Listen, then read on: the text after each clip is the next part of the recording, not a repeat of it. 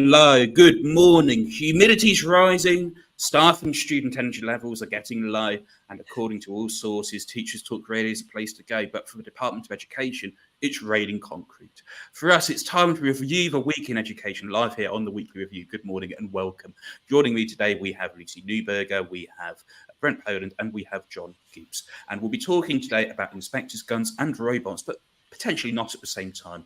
There's one place to start then, and it is with Ofsted's new Chief Inspector, who has been confirmed by the Education Select Committee, Sir Martin Oliver. He's been given the green light to begin on January the 1st. He'll take a £15,000 pay cut compared to his current role as Chief Executive of the Outward Grange Academies Trust. He was one of 29 applicants and 4 interviewees, although only 2 of these were deemed appointable. So Martin described Ofsted as going from being seen as combative to cold, and said he'd undertake a big listen to the sector as Chief Inspector. He has never inspected before, since he claims that he was too busy going behind the schools, but Ofsted has placed him special measures and picking them up.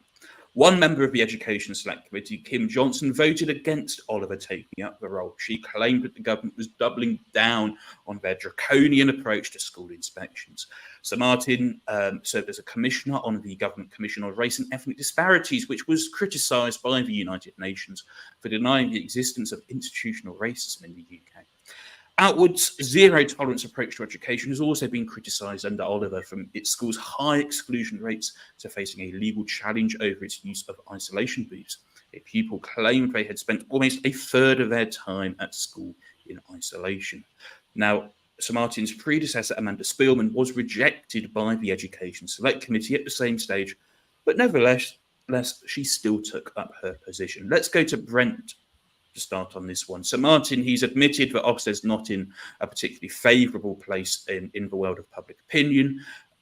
What's he got to do to restore faith in Ofsted amongst the teaching profession? Honestly, abolish it. So he'd get rid of his own job. It doesn't matter what person you put in charge of Ofsted. At the end of the day, reform it completely, and like many other things in the education system, it needs a massive overhaul. So unless he's willing to do what is done, and that is to make Ofsted less of a bean counting situation and actually go in and inspect not just what they are currently inspecting, but things like the building controls, things like the local communities. You have to stop beating schools up for things outside their control. We saw last year with the scandal, what happened with Ofsted with head teachers. You know, it doesn't matter who you put in charge. I couldn't care less who's in charge of Ofsted, because at the end of the day, the organisation is still the same. So changing the chief in charge, the captain of the ship, and the ship's going the wrong direction, doesn't make a bit of difference, to me, honestly. So we can get into the personality of the individual and say what he's done in his previous job, but it's still the same organisation. You know, changing the person in charge doesn't fundamentally change Ofsted. So a bit like the police commissioner in London, you know, they change police commissioners, but you still have the same rotten problems. And that's the problem we have sometimes. Think, oh, we'll change the chief, you know, Ofsted's been reformed. This is an exercise in just saying we've done something without actually changing something. So I have sympathy for him, because Ofsted, he's inherited, I think, quite a lot of problems. But it'd be interesting to see how dynamic he is and how independent he is and how much of his own person he is. And I wish him luck. I really do. But it's not an organisation that I have any respect for. It's not an organisation that I, as a veteran teacher, get to the point where I say, you know, it's valuable. You know, we all get to our inset day and count how long it takes on our first day back to go, when do we mention Ofsted? And because it's the bane of our lives in teaching. It's not something that's worked for us in a long time. John, do you agree with Brent there? The only way to restore faith in Ofsted is to abolish it, or is there perhaps another way in terms of reforming the scope of Ofsted and perhaps abolishing the single word judgments, which Sir Martin hasn't yet ruled out? I completely agree with Brent entirely. There's several reasons not to be inspired by this appointment. Partly the background of the chap, Martin Oliver, the feeling that he's, you know, this zero tolerance is just a terrible phrase. zero tolerance, the idea of assemblies that were called flattening the grass assemblies, where they sort of humiliate kids and grind them down, and also the fact that he's a head of a large and successful organization running schools. That is not a good idea. I mean, these people, he's straight out of the book of management, managerialism. He's going to come in and manage it properly. It's a sort of holding steady, back to basics, uninspiring appointment in which he will say, well, maybe the trouble with Amanda Spielman was she was a little too emphasizing the broad breadth of judging schools. I'll just judge on exam results, etc., etc. Now, there's reason to be particularly inspired by this. Now, he has said he's not looking to change the framework at the present moment. Lucy, you are teaching in Portugal. You are away from the world of Ofsted, looking in from even warmer. I don't know. I heard it got quite gloomy, actually. Looking at the UK from Portugal, where do you see Ofsted going now? Oh, I mean, this is just more of the same, isn't it? I mean, it's just kind of, I mean, it's they've put a middle-aged white man in charge.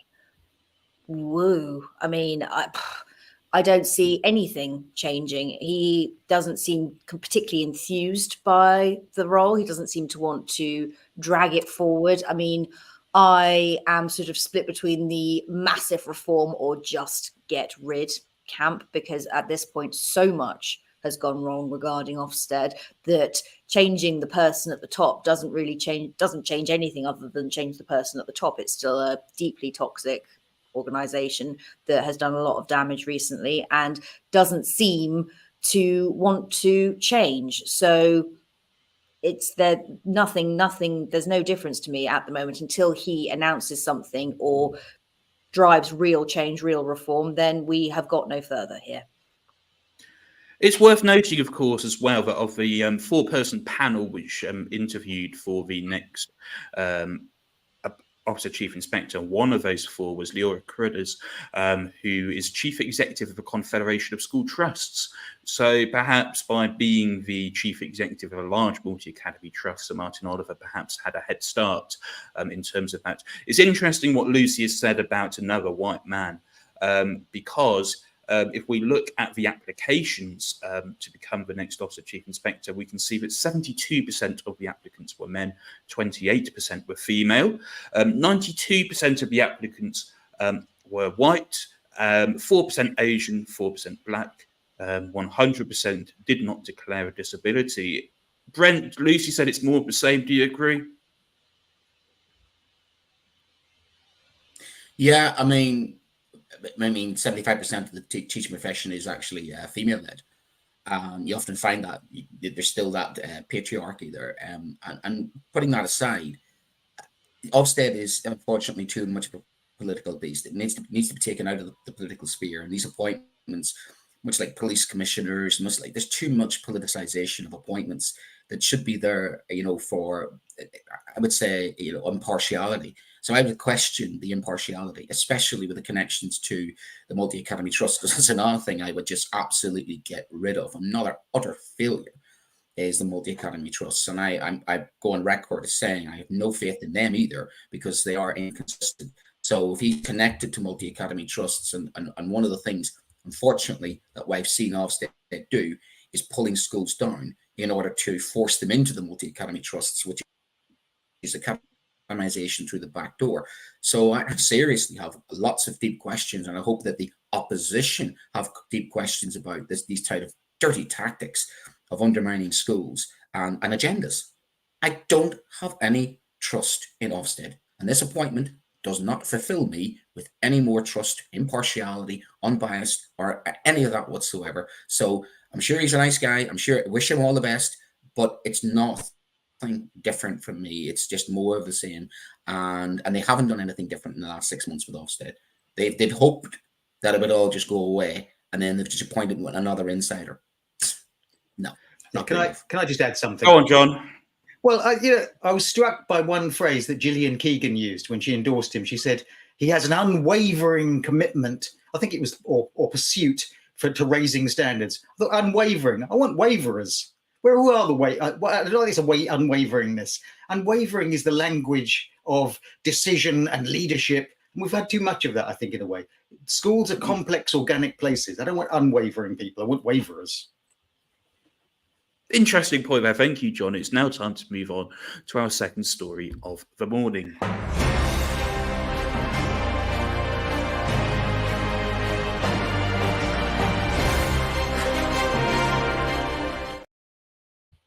Now, a head teacher who appeared on national television to discuss the benefits of teaching children how to use shotguns, as well as to criticise the COVID-19 vaccine, has left his job after 19 years. Mike Fairclough was head teacher at West Rise Junior School in Eastbourne, East Sussex, and resigned following serious breaches of contract claimed by East Sussex County Council. Now, Fairclough is taking the council to court. He claimed that he was discriminated against, harassed and bullied for exercising his right to lawful free speech and for expressing his philosophical belief in the importance of critical thinking, free speech and safeguarding children. Now, Fairclough put rabbit skinning, shooting and fire making alongside mathematics and verbal reasoning on the curriculum. And in January, he gave a talk at Hope Sussex, an illegal school founded by two former members of the British National Party and currently under investigation by Ofsted. West Rise Junior School's last full Ofsted inspection was in 2013, when it received a good outcome. It received a short inspection in 2018 when it maintained this rating. Now I'm going to start with John on this one. 19 years a head teacher, fairly unorthodox is putting it mildly, perhaps. Where do you stand on rabbit skinning and using shotguns on the primary school curriculum? Well, at first glance, it seems to be a rather eccentric character. He's a sort of cross between Wurzel Gummidge and Austin Powers.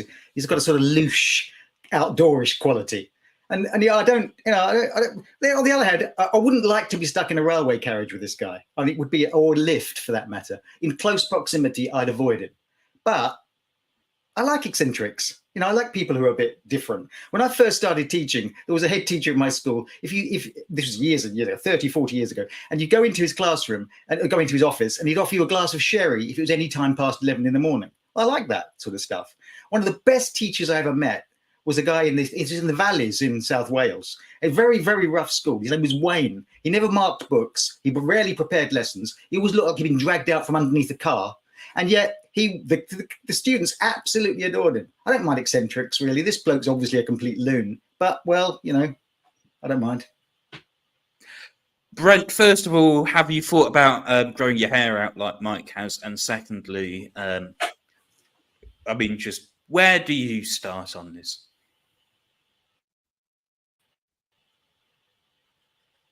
I've actually had my hair like Mike a couple of years ago, to be honest with you. And he does remind me a little bit of myself. Because apparently I'm a little bit eccentric and over the years. So I much agree with John. We need characters in education.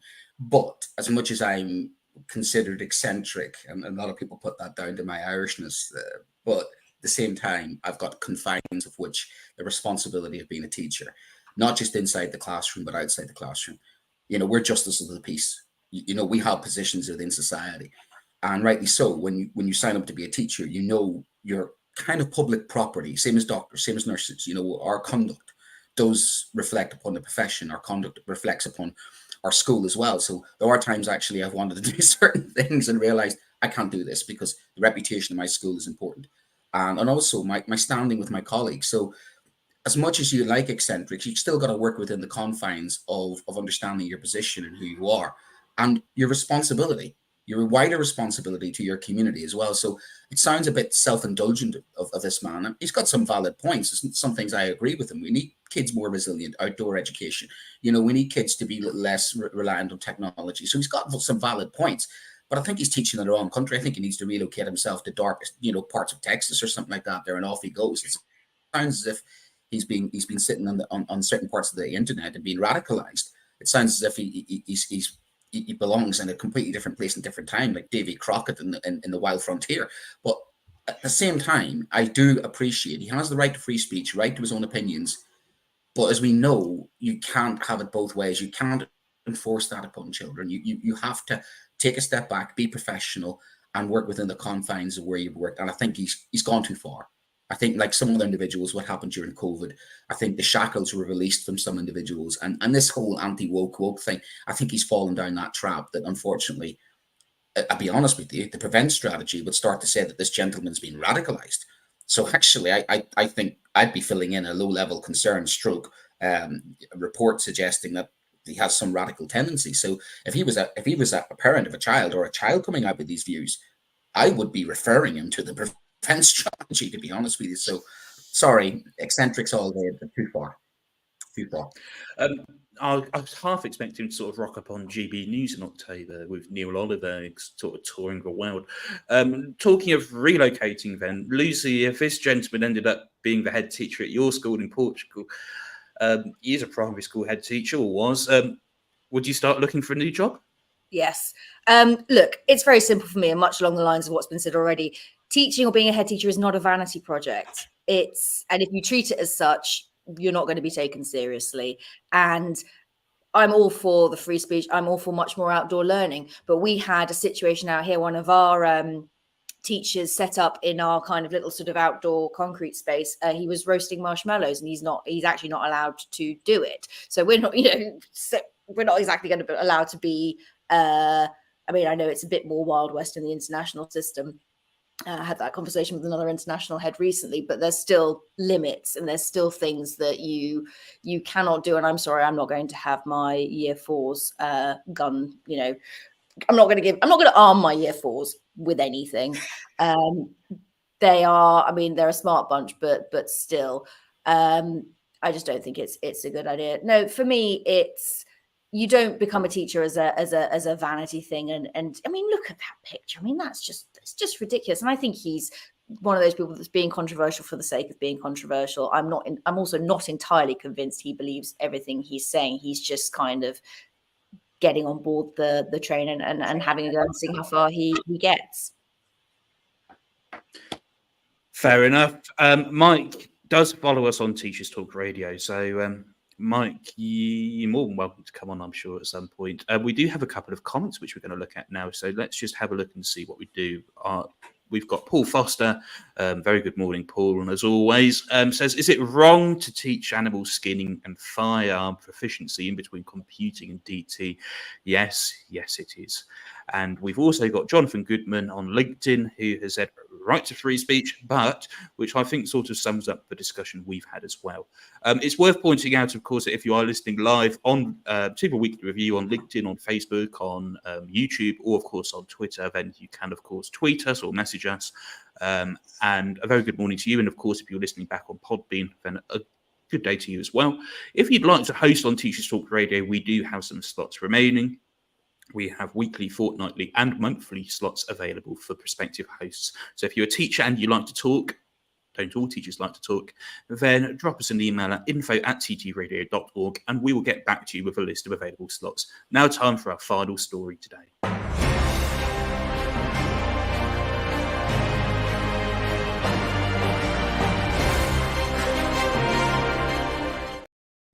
From guns to robots. The city of Kumamoto in southwest Japan is tackling a rise in truancy with the help of robot assistants. 2 robots equipped with microphone speakers and cameras are expected to appear in classrooms in November. Students learning remotely will be connected to the tablet-equipped robots via their laptops, allowing them to attend the same lessons as their classmates and take part in discussions.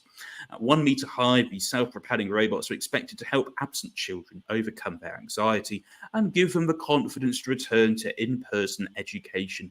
The robots will be free to roam the school premises and they'll even take part in events.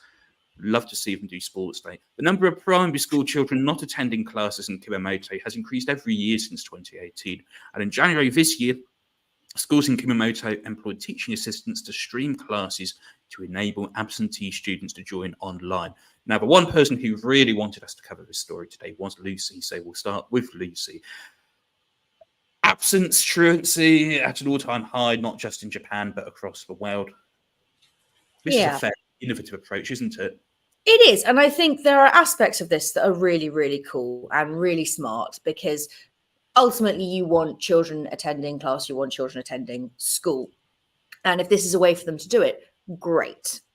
Fantastic. And I think it might, I know Japan is incredibly futuristic, so actually robots wandering around school, I think a lot of children, it wouldn't faze them in the slightest. And I'm sure that it's something we are probably going to see more of going forward. Maybe not overnight, but more so. However, the flip side to that is this going to encourage more children to work from home, as it were, to school from home? And if you're wanting to get children kind of back into school, is it really the answer to do that? Because yes, you can access online, and there may well be the students who are doing that, but they're also going to be the ones who are not, and who are just going to leave it on and probably wander off and do something else. I've been in primary long enough, I've been in school long enough, I've been a teacher long enough, whatever age, there are going to be the ones that do that. So I think that, it's, in theory, it's great, and I think there probably are children who are accessing it, but how is it being monitored? How's that children's work being assessed? Because are you then asking a class teacher to kind of do both, which is essentially mark the online work and also mark the in-class work? There's a lot that goes with this. So I think there are aspects of it that are good, but there are also those pitfalls as well. John, Lucy's sort of set out the benefits and the downsides. I consider you, John, to be fairly innovative, and certainly a lot of your shows on Teachers Talk Radio have embraced innovation. Is this the start of going to a fully online education where children don't even need to come into school, or is this going to be an intervention strategy that will get children back into the classroom? Well, certainly, schools are going to change, hopefully. They have stayed the same for too long in many ways, and in the future, I can't really imagine the sort of serried ranks of robots in class. Maybe, but I think the thing is, I am innovative. I do like technology. I do like the change. I do like the idea of questioning what schools are for and trying new things. But there's also a problem that we tend to do is to provide technological answers to complex problems, and childhood is complex. And the reasons kids don't come to school is complicated. And often the reason kids don't come to school is because they don't like school. And so we problematize the kid, saying, well, we must find a technological answer to getting you back into school. It might be the school that's the problem. Or we might have to adapt more than simply saying this is a mechanism by which you can still attend school. I hate roller coasters. I don't want to go on a roller coaster. If someone said, well, put a robot on the roller coaster and you can be, see it in your eyes or something, and then later on we'll get you on the roller coaster. I just don't want to go on the roller coaster. Kids who don't want to attend school are saying something quite significant about school. And the rash of non-attenders and school refusers isn't just something we need to sort of technologically find an answer to. It's something we need to think about ourselves and reflect on ourselves as a society and wonder whether a technological answer, a simple answer. We do tend to provide simple, data-driven technological answers to complex problems. Childhood is complex. And Justice Ofsted and our new Ofsted inspector might be best advised to look at schools in terms of the happiness of children and the complexity of childhood, and not try and measure it in a data-driven kind of way. I like robots, but although unless, of course, the robots can answer back, and you can have bullying robots and robots who hang around in the toilets, then that's great. Yeah, sounds astonishing. Now, Brent, you have, I don't know, you will have heard Rachel D'Souza, the Children's Commissioner, talk about wanting to achieve 100% attendance this year. Should she consider robots in classrooms?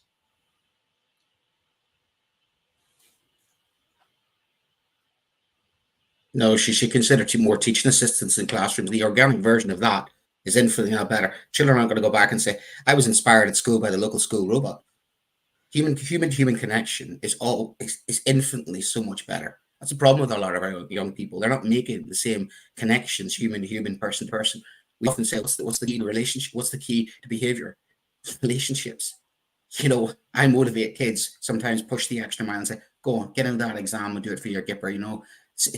What are you going to have? Would you have a robot manager in the Premier League inspire, the football team? Yeah, I can do data analysis. Yeah, I can do some background It stuff. would do a better job than Steve Bruce. With human to human. Look at that young man behind in that photo. Oh, well, let's be honest. Most people can do a better job. Steve, football manager, did a better job. Steve Bruce. Sorry, Steve Bruce not here to think, but Steve Bruce, brilliant footballer, scored a lot of goals. Not always the best manager, but he's done a decent job some places. Look at that young man behind. actually behind the robot. He looks inspired by that robot, doesn't he? He looks as if he's really, really inspired. Look at how enthusiastic that young man is. So I love the Japanese for this. It's like Tomorrow's World in the 1980s. You expect the guy Philby to come out of the corner and say, "Hey, this is what they're doing in Japan." It's great. It's gimmicky. It's fantastic. Works for the Japanese, but a British version of this is probably going to have to get that head teacher back and get him armed. You know what I mean? Because you can imagine that going down a corridor in some British schools. I'd give it a day before it's in the toilet and getting vaped. I mean, come on. We don't need robots. We need people. We need recruitment of organic before we have the recruitment of. I mean, and that's the thing. It's so many times you think, same as the AI. You know, AI can do a lot of things that teachers can't do. Yeah, great. Talk about replacing us, because this is what they'll do. The unique selling project that we have is that we have the person to person, the human to human. You can't quantify what we can do sometimes in the classroom. And the more you see the bean counters coming in saying, well, if we can get rid of more teachers, we can replace them with technology. I think you lose the essence of teaching and the connection of teaching. And I think you lose something that cannot be quantified. That does not have a soul. It's a robot. It's fantastic. It's great. It's technology. I love technology. But there's a place for technology, and school is not the place where I think technology should replace human beings. The human beings should be doing that job, and the human being can make the connection with other human beings, not the robot. So there you go. iRobot. I sound like Will Smith and iRobot. Now, Paul has said, the blankness of the eyes in the robot is similar to the blank eyes of many pupils I've taught, Paul. And Gifty over on LinkedIn says, I don't think there is anything wrong with having a robot in the classroom. This will encourage children to come to school as they are fond of having or seeing things like this. Gifty is watching us from Ghana, so a very good morning to you, Gifty, in Ghana. It's time now to move on to the shows of the week.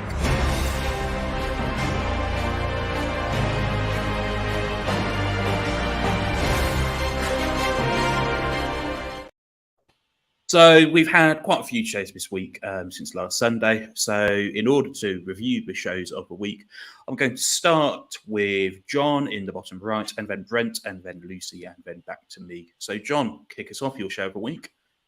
Well, there's a neat connection with robots in the classroom. I go to last Monday and Richie Slack's discussion on online learning. Although unlike, he didn't suggest robots and he didn't suggest avatars or virtual projections of himself in the classroom. What they did is they talked simply and practically about delivering lessons online, and whether your school's falling down because of the concrete or whether you're going to be sent home because of future epidemics or whatever, it's probably something we're all going to do. It's not ideal. I've done it. I don't like it very much, but it was a useful, practical handbook kind of discussion on how to deal with lessons online. It was lots of good stuff. Brent, your show of the week. Yeah, the good Dr. Poppy Gibson, her morning break show, as always, great quality. She was looking at inclusivity from Dean Barber in the classroom, being an LGBTQ plus educator, how to create a more friendly classroom. I think something we need to move on, and I think that was well worth listening back to anybody who feels like I do that we need more inclusivity in education. So that was Dr. Poppy Gibson, and that was last Friday morning's morning break show. Lucy, your show of the week. Oh, the chaotic staff room 101. It's always good fun. But we had Gillian Keegan's foul-mouthed joy in there. We had all kinds of fun things like back to school stress. I think we had numbered grades in there. There's all kinds of brilliant things, and we crammed a lot into that hour and a half. So it's well worth a listen back to, particularly as we're kind of starting the academic year. So yeah, go back and have a listen. And before Trading Standards get onto us, Gillian Keegan did not herself turn up. We just covered her foul-mouthed rant. My show of the week, Finola Jackson on last Sunday night. She had Maria O'Neill, a guest of Teachers Talk Radio multiple times now, and she was talking about how schools can be oases of hope, love, and havens of safety and nurturing happy, healthy, and successful learners. Really, really good show, and sort of staying on that sort of well-being approach. Lucy's got a great show lined up on Tuesday, haven't you? I'm so excited. I've got the author of Wellbeing in the Primary Classroom, Adrian Bethune, on. It's actually the second edition of the book that's come out. I have been reading through it it's fantastic, and I'm so excited to talk to him. He's absolutely lovely, and so I would urge you to come and join me for that. It's going to be a really great show. It'll be fantastic. And I believe I'm the one behind the scenes as well for that one. So I'm really looking forward to it. You can, of course, catch Brent every Thursday with Adam Spence on Education Tonight. John, I believe you'll be back on this Friday. I will. On the morning break, our Friday morning break host alternating with Poppy. And astonishingly, I'm on tomorrow night on Spaces at 7:30. I've got Dr. Kate Dawson. We're going to be talking about preventing teacher-to-student sexual harassment in schools after a publication of a landmark report over the summer. And I'm joined by Dawn Cox and former TTR alumnus Kyle Graham to talk about analysing your students' results from the summer. Really, really looking forward to it. So it's goodbye from me for today. Goodbye from Lucy. Goodbye from Brent. And goodbye from John. Thank you very much, as always, for tuning into the weekly review. You'll be able to catch up on this on Podbean and on all good playback podcast platforms. And we shall see you next week for next week's weekly review. See you then.